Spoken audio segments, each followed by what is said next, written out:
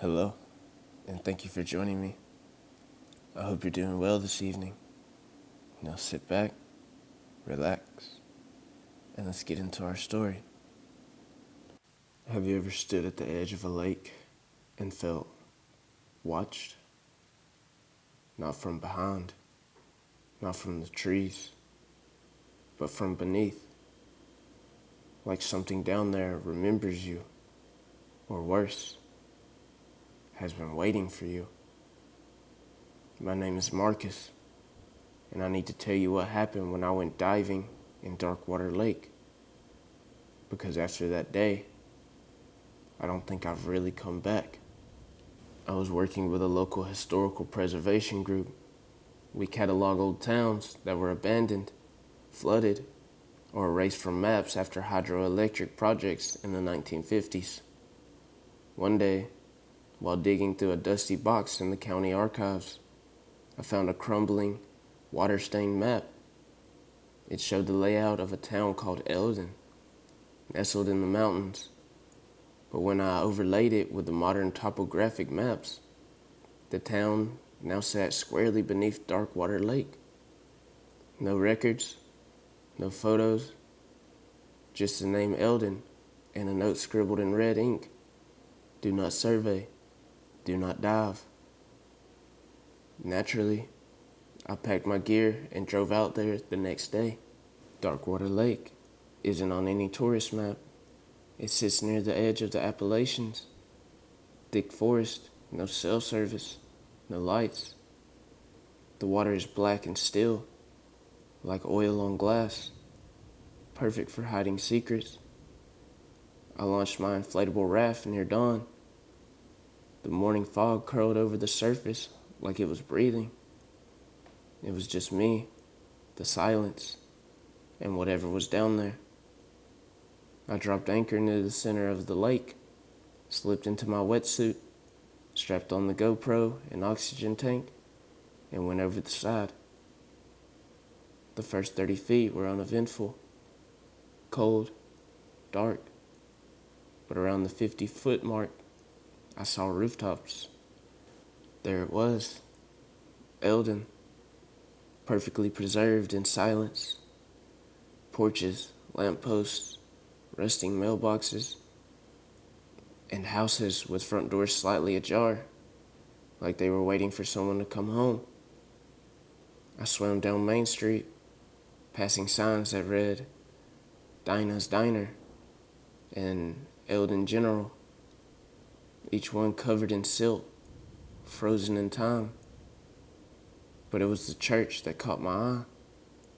It sat at the end of the road, half swallowed by algae and cracked stained glasses. Its door hung open, creaking with the current, and above it, carved in the arch, let the water take what was never meant to rise. I should have turned back, but I didn't. Inside the church, it felt colder. I swam past the pews, each covered in silt like ash. There was a figure floating near the altar, tethered, a skeleton in tattered robes. In his hand, it held something, a journal, waterlogged but intact. I took it, and that's when I heard it. Marcus. I spun around. No one. Just floating dust and darkness. But the voice came again. Closer. You should never have come. I looked up through the broken dome of the church ceiling and saw faces. Dozens of them, bloated, watching, their eyes glowing faintly beneath the murk.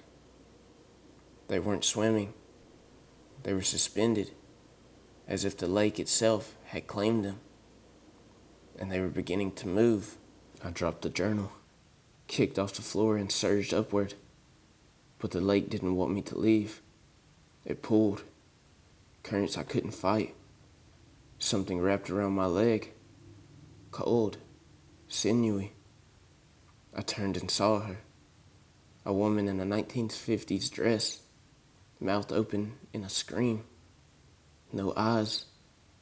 I screamed too. Broke free. Kicked harder. The light from the surface dimmed. My oxygen gauge dipped into the red.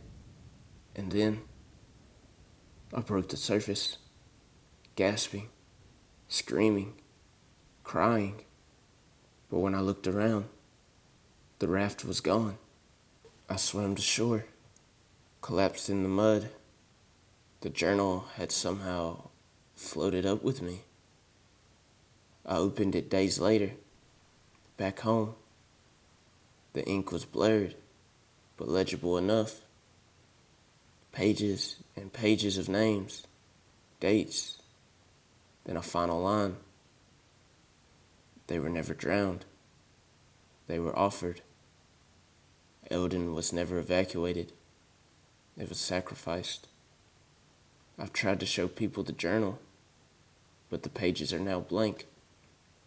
I returned to Darkwater once, weeks later, but the lake was gone.